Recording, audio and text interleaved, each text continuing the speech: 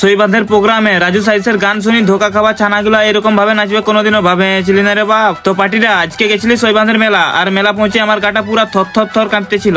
এখন তোমরা বলবে কেনে? এই যে এই দেখো রাস্তাটা পায়রাতে মনেই করতেছিল না, তাও ঝাঁপি ডেঙ্গা ডেঙ্গি করি পায়রাই গেলি, দিয়ে চলে গেলি স্টেজের পাশ। আর স্টেজের পাশ দাঁড়িয়ে দেখছিল গায়ের মেয়েগুলোর সাংস্কৃতিক অনুষ্ঠান চলছে। তখন যাইটুকু মেলাটাই কত লোক হয়েছে দেখে লিলি, দিয়েই তারপর শুরু হয়ে গেল রাজু সাইজের প্রোগ্রাম। আর রাজু দা সেট গান শুনাই ধোকা খাওয়া ছানা গিলাকে পুরা কাঁদাই দিছে। আর এইদিকে কাকাটা মনে হয় একটু বেশি ধোকা খাইছে, ওই জন্য একাই নাচতে লাগায়নি। আর এদিকে দিদাটা স্টেজের পাশে এমন ভাবে ডাং ধরে নাচছে মনে হচ্ছে যেমন ড্যান্সার গিলাকে নাম খাই নিজেই স্টেজে উঠে। আর তারপর দেখা হয়ে গেলাম ছোট ছোট কটা ভাইয়ের সাথে। আর গান শুনি আমিও থাকতে পারলি নাই, তখন যাই আমিও টুকু নাচে লিলি।